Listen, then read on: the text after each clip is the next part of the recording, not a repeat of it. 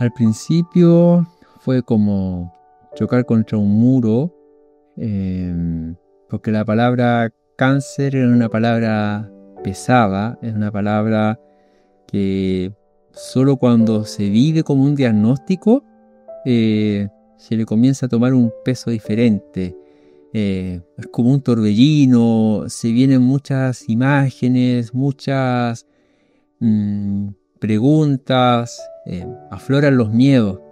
Y en ese primer minuto, ese primer segundo, yo diría que mi reacción fue de perplejidad, de asombro, de incredulidad, de decir, yo, ¿realmente a mí me está pasando esto? Tengo 35 años, recién cumplidos, mi vida ha sido relativamente sana, no tengo vicios, y me está pasando esto.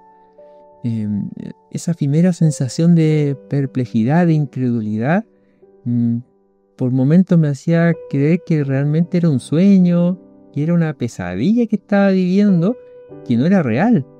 De hecho, revisé el documento del diagnóstico varias veces diciendo, quizás se equivocó el doctor, el nombre está equivocado, el segundo apellido es de otra persona, tratando de buscar alguna forma racional de que esto no me estaba pasando. Pero pasan los minutos, los segundos, y uno comienza a sentir el peso de la palabra. Comienza a sentir que sí, realmente a mí me está pasando esto. Soy yo la persona a la que le han diagnosticado un cáncer. Entonces comienzan a aflorar una especie de vértigo. El estómago se aprieta, comienza una sudoración fría de miedo, de espanto, de no saber qué va a pasar. Y esto cómo se hace, qué se hace, con quién tengo que hablar. Comienza una sensación muy, muy íntima de pena, de rabia, tristeza. Son como destellos de emociones muy intensas que surgen una tras otra. La mente tratando de ordenarlo todo, aflora la tristeza, pero la mente dice, pero triste de qué si ni siquiera sabes el tratamiento, o esto no necesariamente es algo tan malo. Aflora la esperanza de verdad, esto quizás no es tan malo, pero nuevamente la mente ahí traicionera te dice, pero ¿cómo estás tan seguro que esto no es malo? Entonces nuevamente vuelve a la desesperanza o a la tristeza, a la preocupación. Para mí fue muy complejo esos primeros minutos, esas primeras horas. También sentí un grado de vergüenza de que las demás personas me iban a ver con mucha compasión, de, mira, tiene cáncer, se va a morir.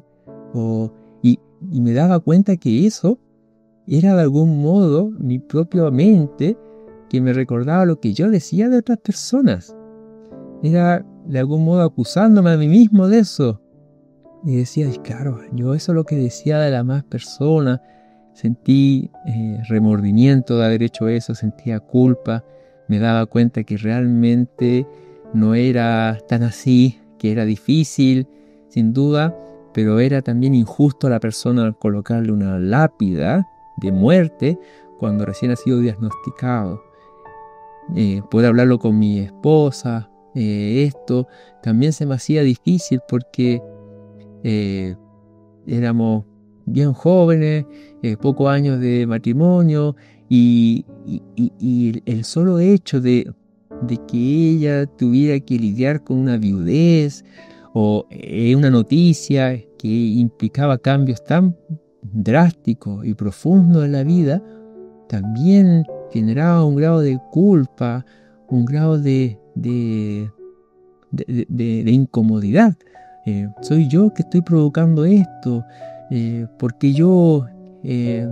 ¿Por qué hago esto? ¿Por qué genero esto en mi familia, quien amo? También se hizo muy difícil estas emociones con mi hija. En ese tiempo mi hija tenía 1 año y unos meses. También pensar mi propia paternidad en riesgo, verla a ella tan pequeña, frágil, sin quizás poder recordarme, se hacía muy difícil. Cuando lo comencé a hablar con mi familia, también fue generando situaciones de asombro, también por parte de ellos. Y eso también enfatizaba o le daba hacía más dramático la situación, porque ya para mí era algo difícil de entender. Y claro, cuando se los contaba a mi familia, también para ellos. Entonces sentía algo muy incómodo de cómo poder tratar de alivianar la noticia. Entonces yo decía, mira, sí, ese es un cáncer, pero es precoz o no está tan avanzado. Me dijeron que hay tratamiento. Uno mismo tratando de justificar lo que va viviendo.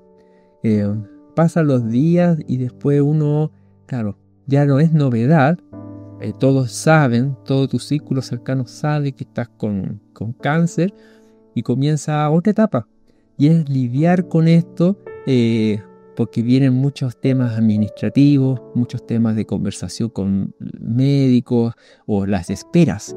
También en esto juegan en contra de que hay que esperar a que a uno lo llamen para tratamiento o lo llamen para decir qué es lo que hay que hacer. Y en ese sentido, y esto para la familia o quienes acompañan, es importante que lo sepan, que van preguntando y te llamaron y te van a llamar, cómo te has sentido. Claro, al principio uno entiende el cariño y la preocupación de la familia, pero uno tampoco tiene todas las respuestas.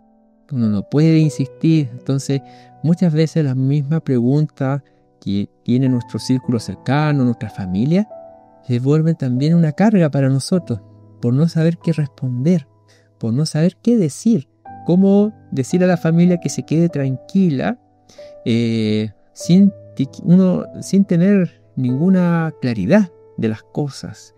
Uno entiende también y va sobrellevando su propia carga en esto, pero también va sobrellevando la carga de la familia, porque sin duda no hay un manual. Vamos en el camino aprendiendo cómo sobrellevar esto. Entonces la familia también a uno lo intenta apoyar, es un apoyo fundamental, pero uno no siempre tiene la forma de poder expresar lo que está sintiendo. Y en ese momento se hace complejo. En mi caso, yo me fui aislando porque no sabía qué responder, no sabía qué decir, no sabía cómo decir las cosas. Sentía rabia, sentía miedo, pero no sabía si decirlo iba a ayudar. Mi familia también estaba sufriendo con esto, y el hecho de yo confesar o yo sincerar lo que sentía me hacía pensar de que hacía la situación más difícil, mucho más dolorosa. Entonces ahí fui de a poco. Por momentos era soledad, por momentos me quedaba, estaba trabajando, así que me iba a la oficina, me iba a reuniones, pero en mi mente seguía dando vueltas. ¿Y qué va a pasar con esto? ¿Cómo se va a resolver esto? ¿Y qué va a pasar en un mes? Se daban situaciones muy complejas. Iba a reuniones de trabajo y se planificaban algún tipo de actividad, algún tipo de reunión, y era en 30 días más, en 60 días más.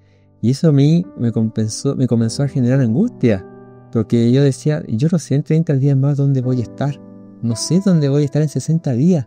Entonces, cosas tan triviales comenzaban a volver muy importantes, demasiado importantes. Yo recuerdo que a veces salía de la reunión con mucha angustia, con mucha pena de sentir que de algún modo mi vida ahora era diferente, y sin duda lo era.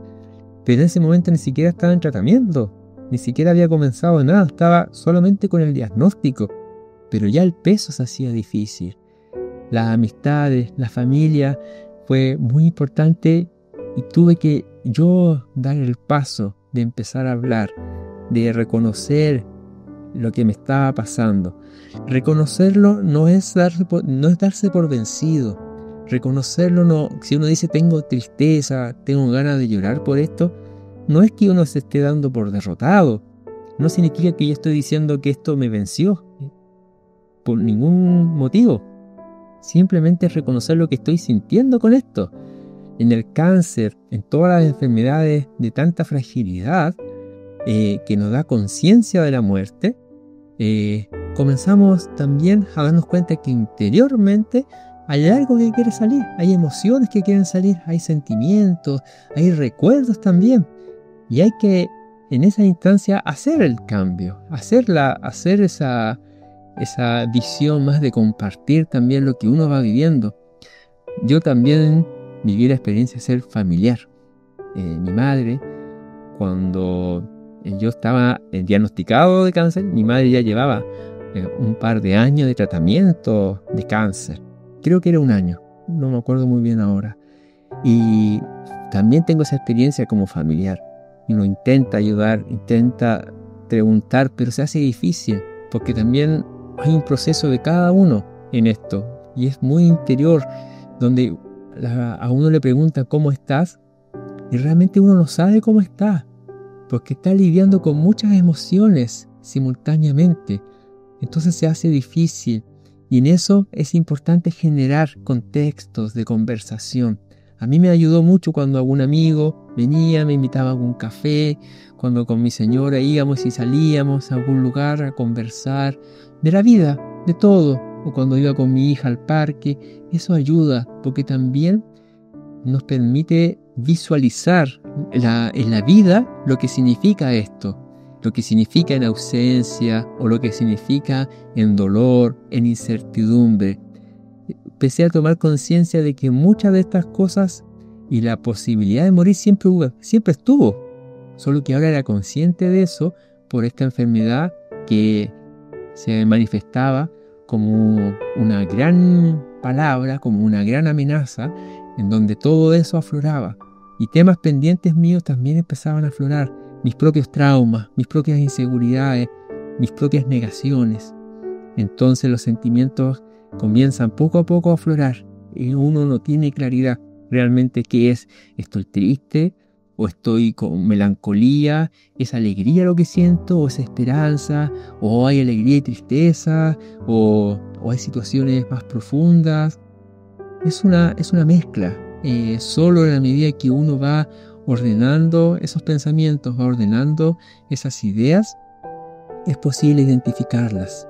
A veces me ayudaba a escribir esas ideas. ¿Qué siento? ¿Por qué siento esto? Y conversarlo o mostrarlo. Parte de eso fue lo que yo comencé escribiendo en redes sociales. Iba escribiendo mis emociones del momento y las compartía. Principalmente para que los comentarios que podían hacer, ver si las demás personas veían lo mismo que estaba viendo yo o tenían otra mirada, otra perspectiva. Pero es muy importante poder ordenar las ideas dentro de todo el caos que esto es y conversar, abrirse. Cuesta, sin duda que cuesta, pero hay que saber que uno no tiene que tener la respuesta a todo. Un no sé es tan válido como una respuesta concreta. Un decir, mira, tengo un mar de emociones ahora, también es válido, es parte. Pero al decirlo ayuda muchísimo, porque también la otra persona puede entender lo que uno está viviendo y no solamente tratar de interpretar los gestos o interpretar las acciones que vamos realizando diariamente.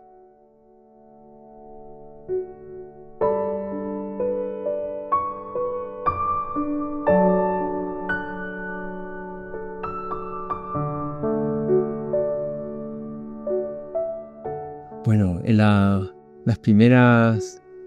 el primer tratamiento de quimioterapia, bueno, mi señora, mi hija, desde la distancia porque era muy pequeña, pero mi familia, mi hermana, mi hermano, todo mi círculo más cercano y amigos, yo creo que principalmente me acompañaban, yo diría, con el silencio, pero el silencio acompañado, el silencio de no buscar resolverme las dudas o las preguntas, porque ellos las tenían tan profunda como yo.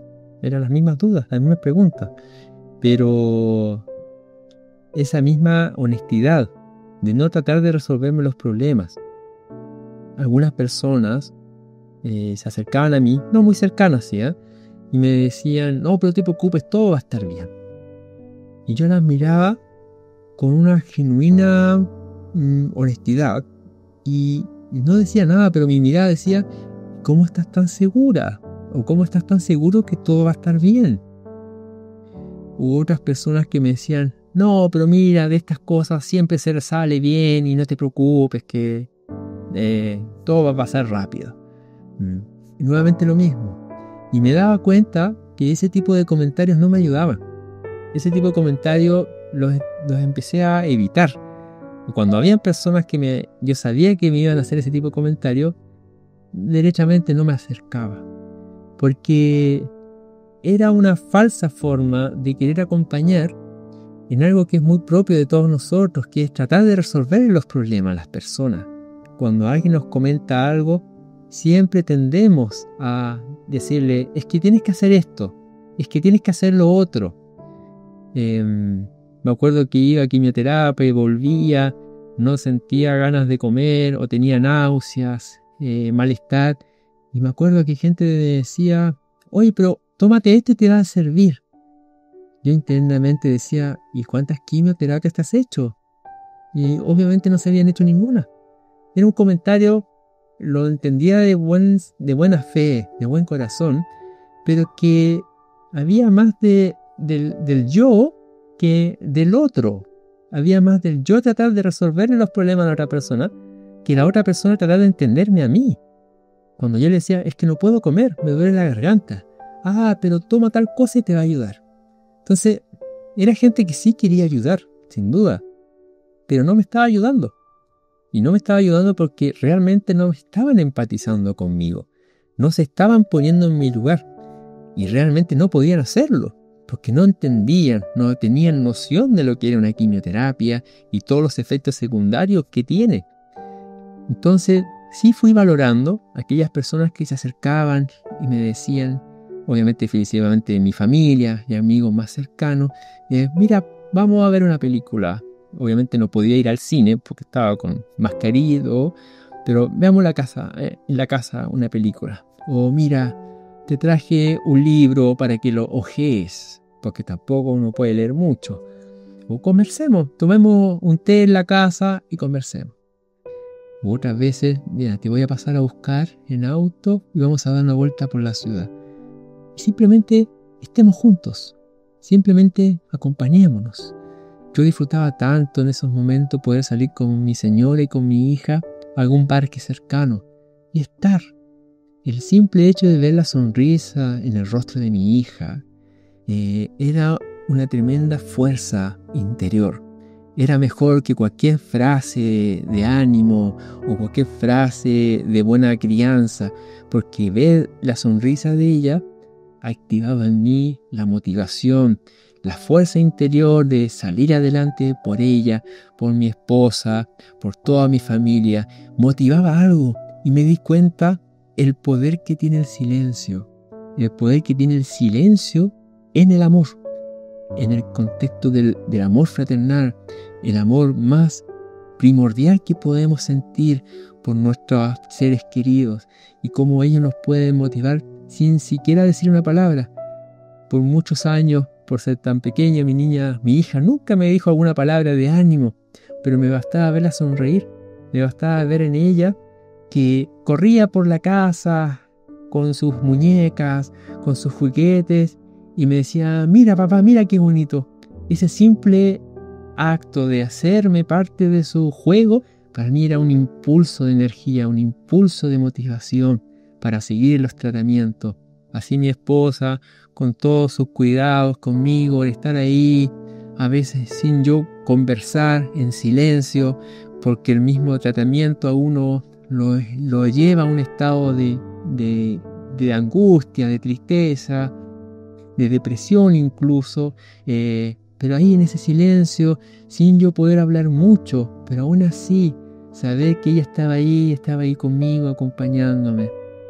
Recuerdo con mucho cariño que en ese tiempo de tratamiento era nuestro aniversario de matrimonio y con mucho esfuerzo tomé muchas pastillas para estar relativamente bien de malestares. Fuimos a algún lugar a comer y fue muy significativo, para mí lo sigue siendo, porque incluso allí podíamos estar celebrando un año más de amor, de cuidado de nuestra familia, y aún en ese momento tan frágil, tan incluso doloroso, sin tener certezas hacia adelante, pero el poder del amor, el poder del afecto, el poder de querer estar bien por los demás, por nuestros seres queridos. Y incluso yo muchas palabras no podía decir porque lidiaban con todo este tratamiento, pero lo poquito que pudimos conversar o hablar, sin duda fue de mucho apoyo para mí. A los pocos meses también fue el cumpleaños de mi hija y también fue un tiempo muy difícil en lo físico. Yo estaba con efectos secundarios muy fuertes entre el tratamiento y el cáncer que no estaba cediendo, que estaba activo y cada vez más fuerte en mí, con fiebre, con un malestar físico enorme. Pero el simple hecho de poder ver que mi hija celebraba un año más de vida y que allí estaba, me sonreía, me miraba con tanta ternura, para mí era un motor pero realmente como un motor atómico, de seguir ahí, de resistir, de perseverar, de hacer lo que fuese necesario hacer por los seres queridos. Por eso que yo insisto que es tan importante este poder del silencio, que no es necesario las palabras, no es necesario algún discurso elocuente para animar a quien está viviendo una enfermedad como el cáncer u otras semejantes, sino el hecho de mostrarse, estar ahí.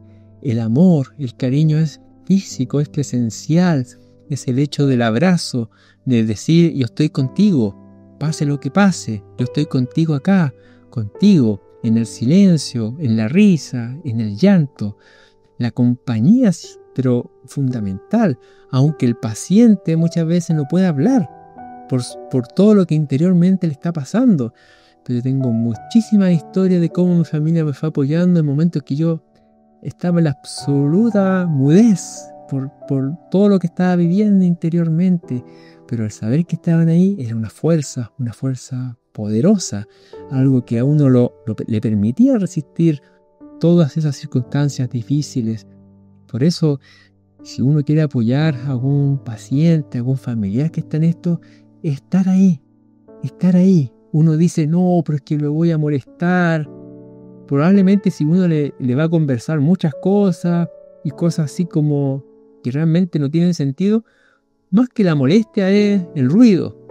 Pero si uno tiene a alguien cercano y sabe que esa persona tiene afecto hacia uno, el simple hecho de estar, acompañarla, acomodarle la frazada, traerle un té caliente, ver juntos, leerle algo, escuchar algo juntos, caminar juntos, el estar. Al paciente, a quien vive el cáncer, le da un tremendo sentido de propósito, de decir, por ellos estoy vivo, por toda esta gente cercana que está conmigo, estoy vivo y quiero seguir vivo. Yo viví largos periodos en el hospital aislado, completamente aislado, por problemas de estar sin sistema inmunológico, estar deprimido, el sistema inmunológico. Y lo único que quería estar con mi gente querida, amada. Y en estar esos tiempos de soledad, obligados, era difícil ver, incluso visualizar su rostro. Y interiormente como que uno perdía la fuerza, perdía la motivación. Como, ¿y por qué seguir en esto? Porque echaba de menos el vínculo, echaba de menos ese abrazo, ese contacto, esa mirada sonriente de mi hija, ese abrazo de mi esposa, de mis hermanos, de mi hermana, de mis tíos, de mi madre, incluso en ese tiempo. Es un poder muy grande. Y eso es también lo que a mí me motiva a grabar estos videos de insistir en el acompañamiento, porque es fundamental en esto sentirse acompañado.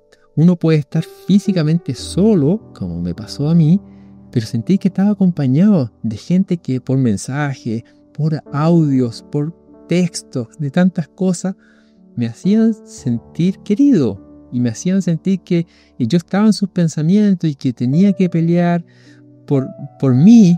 Y eso a mí me hacía pelear mucho más en esto de avanzar, porque también lo hacía por ellos. No por compromiso, no por deuda, por amor. Por amor. Por eso que el amor es tan poderoso, incluso misterioso en tantas cosas, porque tiene un poder de movernos, de movilizarnos, de hacer cosas inimaginables, milagrosas. Pero tiene que ver con esto de que lo que nos conecta. El poder del amor, el poder del cariño, el poder de que nuestra gente esté a nuestro alrededor. Y eso muchas veces en medio del silencio, de un silencio acompañado.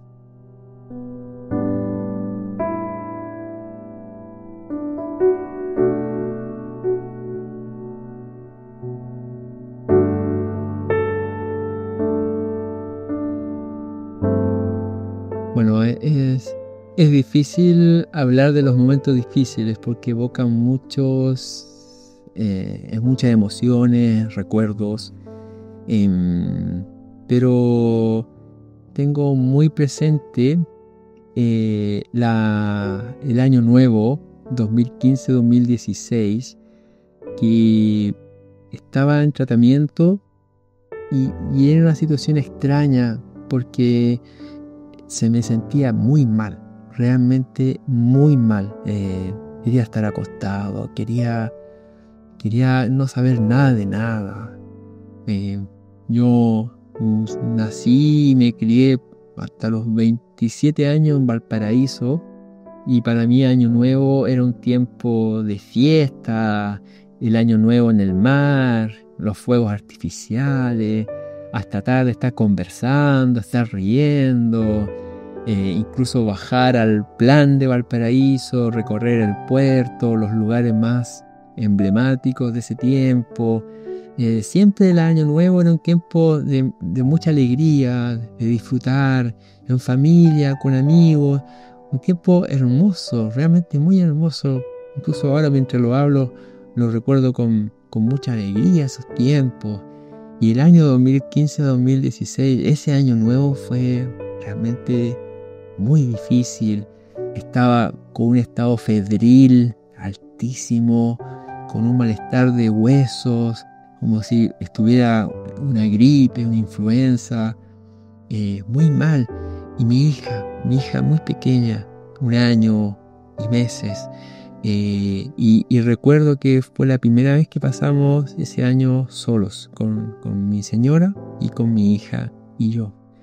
Y yo escuchaba de más temprano que mi señora hablaba con la familia, y me daba rabia también que ella tuviera que estar como explicando de que no podíamos ir a otro lado porque yo no me sentía bien.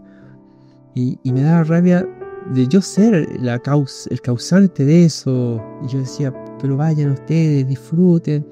Era mucha la impotencia, realmente era mucha la impotencia.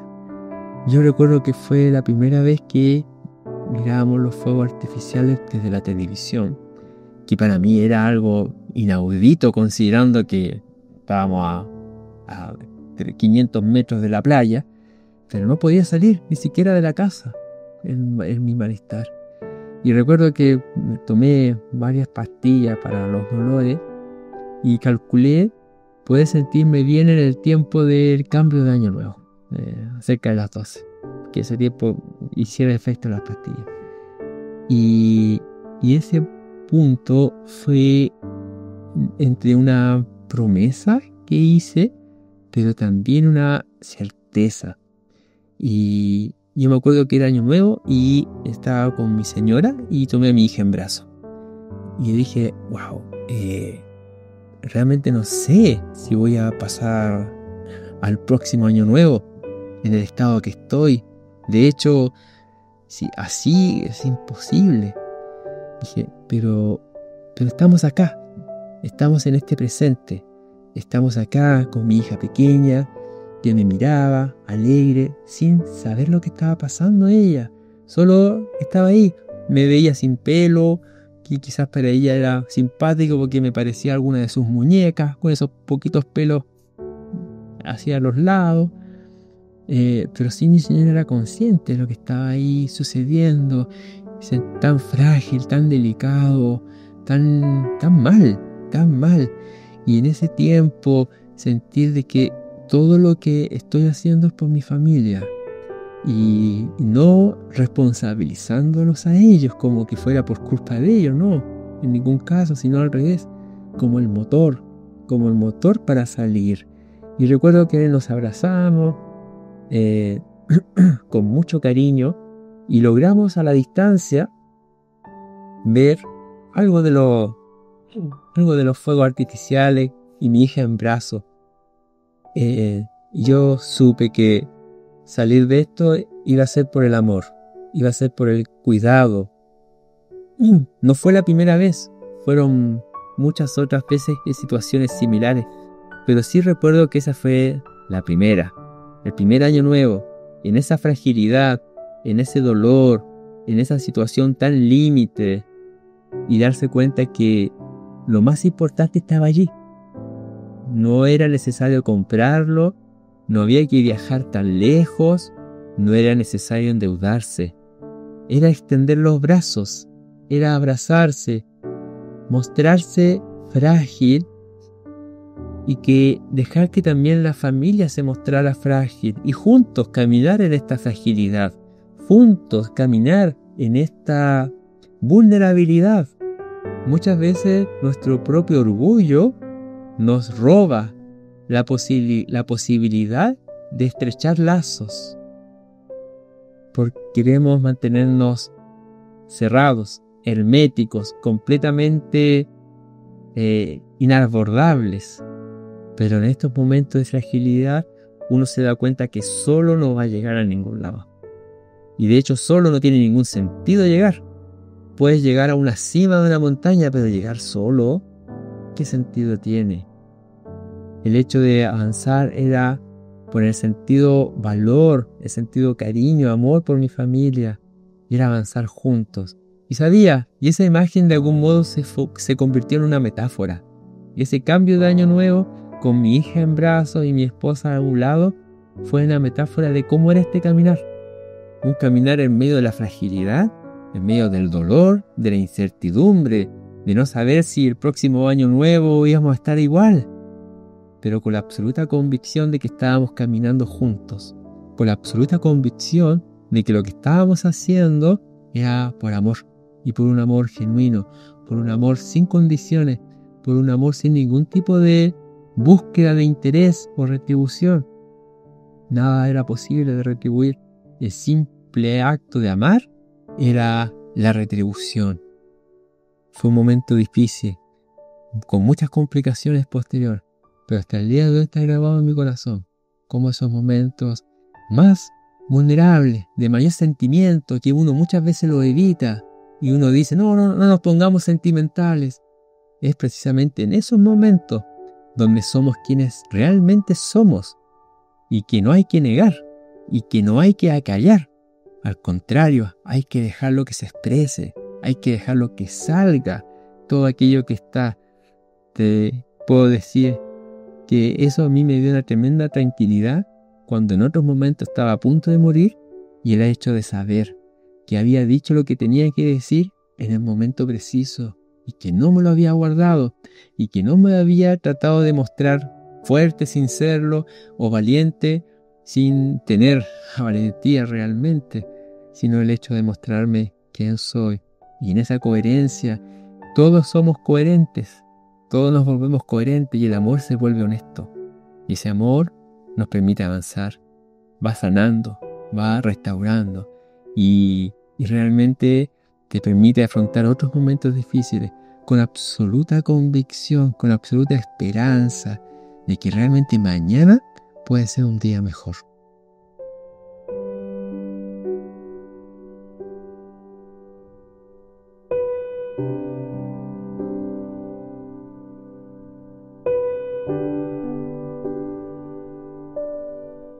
Yo fui viviendo al principio del tratamiento momentos de bastante, digamos, turbulencia, como una montaña rusa.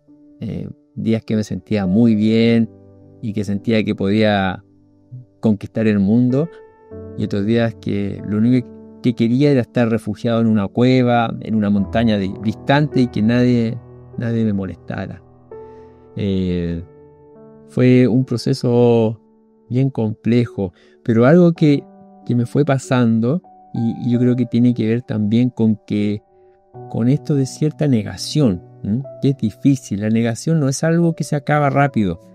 La negación me refiero a esa conciencia de que uno está viviendo una enfermedad compleja y que hay que hacer cambios de vida, hay que hacer ajustes y que seguir como uno está no es bueno, sino al contrario, puede ser muy perjudicial.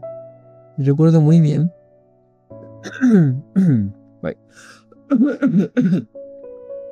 Bueno, y recuerdo muy bien que una vez me tocó ir a hacer una visita de terreno por mi trabajo, que era un trabajo de construcción, y llegué y no esperaban que llegara. Y llegué y me preguntaban, ¿y cómo estás? Y yo, súper bien, está todo excelente. Y la mirada de las personas era un poco de incredulidad.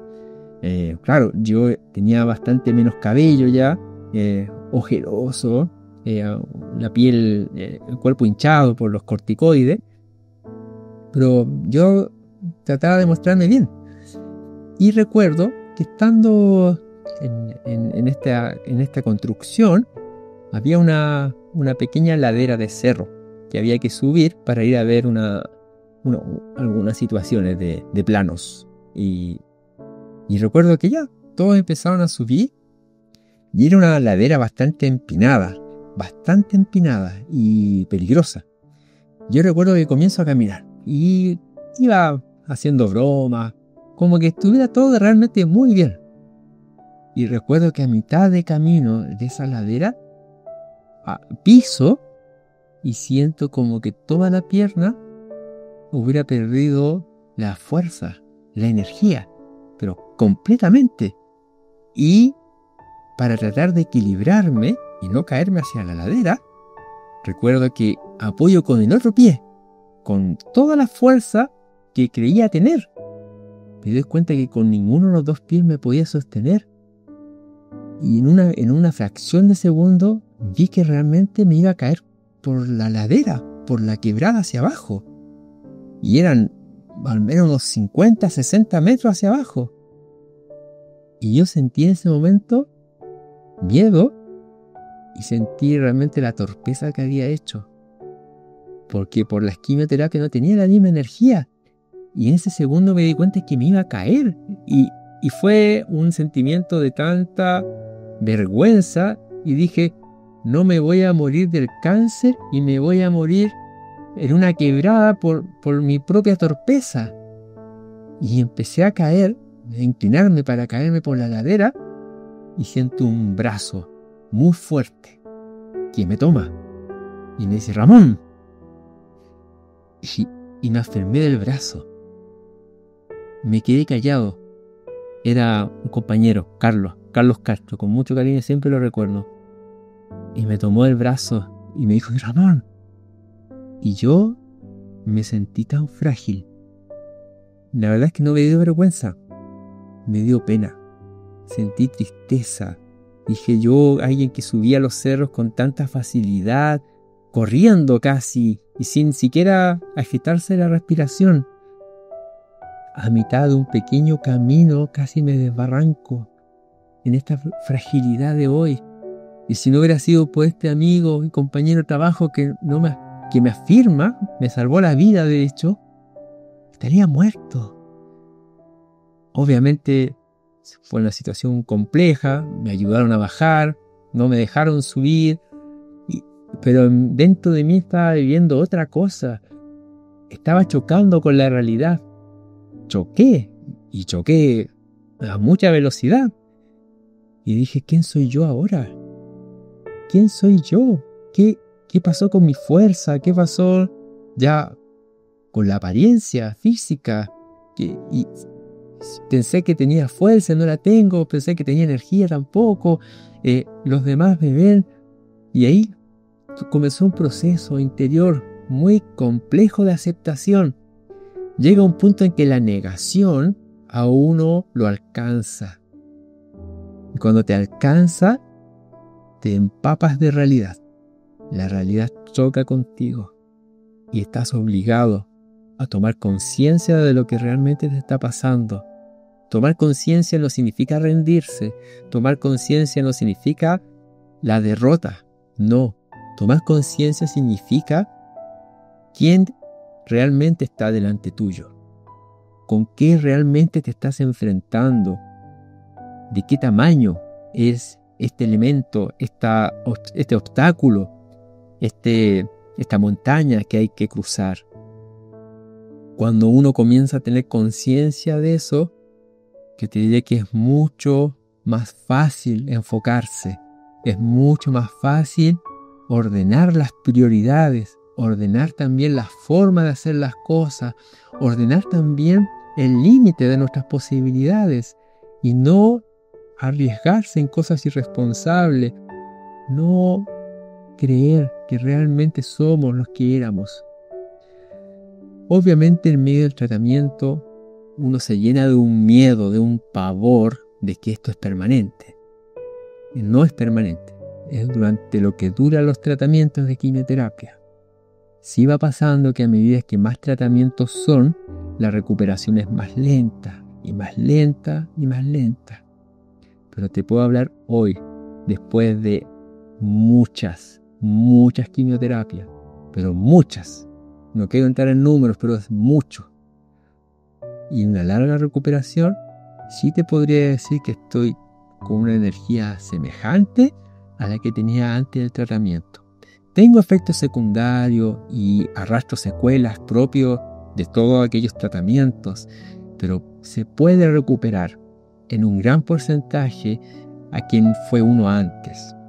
Pero es necesario en ese momento de tratamiento no perder la esperanza, no creer que esto es permanente, no creer que esto va a durar por siempre. Cuando uno tiene esa conciencia, también asume la nueva realidad del momento, de ese instante. Yo recomiendo siempre, hay que tener mucha precaución, porque en esa limitación también uno está más susceptible emocionalmente de cambios. Y reconozco hoy que tomé decisiones bastante extrañas, por decirlo de algún modo, en ese tiempo. Porque uno está más sensible. Y hay momentos que se siente muy bien y otros momentos que se siente muy mal. Y tomar decisiones en ese momento es complejo, es difícil e incluso peligroso. Como yo haber subido ese cerro sin tener energía. Por eso es importante apoyarse, es importante considerar en nuestro entorno personas que nos pueden ayudar en ciertas decisiones, porque esos cambios son reales. Esos cambios, aunque sean temporales, están pasando en ese momento y no hay que evitarlos. Ese primer elemento que me enfrentó a la realidad y que me expuso a una posible accidente grave, incluso fatal pudo haber sido, me hizo ser consciente. Toda esa situación me hizo ser consciente, me hizo ver que tenía que replantear mi presente, mi hoy. A medida que los tratamientos van aumentando en la secuencia o la gradualidad o los ciclos, también hay efectos secundarios que se van intensificando. La debilidad, la sensibilidad a los aromas, la luz que se hace más sensible para los ojos, la sensibilidad de la piel, la digestión, lo que uno come, todo va cambiando. Y recuerdo muy bien que ya una de mis últimas quimioterapias del primer ciclo que tuve, recuerdo que tuve que aceptar que entre mi hermano y mi señora me sacaran casi en brazo del box de tratamiento. Piensen ustedes cómo es fuerte eso. Yo, habiendo sido bastante deportista, en la semana nadaba casi 1,5 kilómetros, muchas cosas, actividad física, gimnasio, y en ese momento, con 35 años, estaba siendo llevado casi en brazos por mi hermano y por mi señora. Eso también es aceptación. Y hay una generosidad en quienes nos ayudan en ese tiempo. Uno siempre tiene, o en mi caso arrastraba de la infancia, que ante la debilidad o ante la fragilidad, el resto, el entorno se burla. Se burla de nuestra fragilidad. Mira cómo está, mira lo débil que es, mira lo gordo, lo flaco, mira lo pelado o lo peludo. Uno ha vivido quizás, o en mi caso vivía con ese tipo de burla en mi medio. Pero ver que en esa fragilidad, en esa vulnerabilidad tan extrema, todos los que estaban a mi entorno actuaban con respeto, actuaban con cariño, actuaban en el silencio. Y eso es importante, porque a veces uno dice esas palabras que terminan siendo impertinentes, como, no, sí, ya te va a pasar el dolor. Por supuesto que va a pasar en algún momento, pero en ese momento duele. En ese momento está todo mal, se siente mal.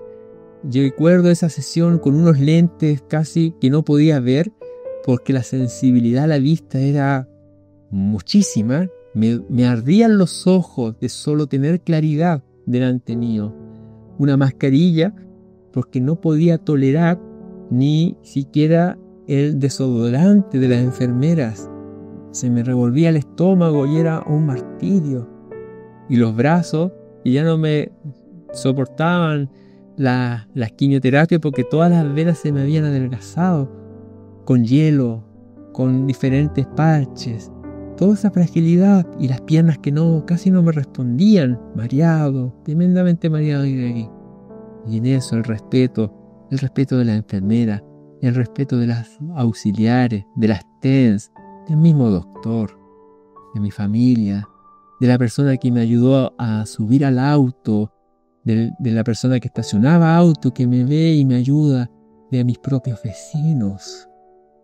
Esa generosidad del silencio, esa generosidad del decirte, vamos, sí, sabemos lo que está pasando, sabemos lo que estás viviendo, sabemos tu lucha interior, pero vamos, dale. No hay vergüenza cuando uno reconoce la fragilidad, sino que hay apoyo. No hay rechazo cuando uno reconoce la fragilidad, hay contención. No hay soledad. No es uno un perdedor. No es uno un derrotado. Uno se convierte en un guerrero, en una guerrera, en un ser que está luchando contra algo grande, pero con toda la convicción, con toda la esperanza de que va a salir adelante, de que realmente este periodo gris o este periodo de dolor va a pasar. Eso es lo que hay del otro lado, de reconocer la fragilidad. No hay nada malo, sino por el contrario, todo es bueno, todo es beneficioso, todo va a ayudar a tu camino. Pero es necesario uno hacer esa conciencia de fragilidad. Yo muchas veces dije, es que tengo que mantenerme fuerte por mi familia. Y eso era una ilusión, una absoluta ilusión. Mi familia se daba cuenta. Hoy veo las fotografías de aquel tiempo y yo mismo me doy cuenta, pero lo frágil que estaba. Y mi familia se daba cuenta y con mucha generosidad tampoco me lo decía, pero era el invento mío, mental, de decir que estaba siendo fuerte. Al contrario, ellos sentían mucha tristeza de que yo no estuviera reconociendo lo que estaba viviendo realmente y estuviera en esta negación. Yo podría decir, y con mucha certeza, de que comencé a sentirme fuerte realmente cuando empecé a aceptar mi propia fragilidad en esto, mi propia debilidad, mis propias limitaciones, porque me hice libre. Acepté la verdad de ese momento. Me fui y me sentí libre de esa mentira, de esa ilusión, y pude comenzar a caminar en esta verdad. Y desde allí toda ganancia ya no era frustración de quien fui antes. Porque antes que hacía eso, en esta negación, yo decía, claro, antes podía estar caminando tantas horas y hoy apenas puedo caminar 10 minutos. Entonces, si caminaba 11, no veía la ganancia de ese minuto adicional, sino veía que seguía siendo derrota respecto a quien era yo antes. Pero al aceptar la nueva realidad, toda ganancia de ese momento era ganancia de verdad. Era una ganancia real, efectiva.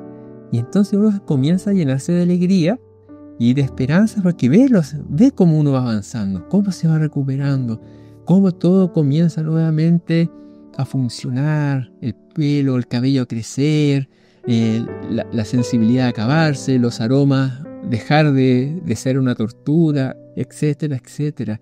Pero por eso es que es importante reconocer la fragilidad.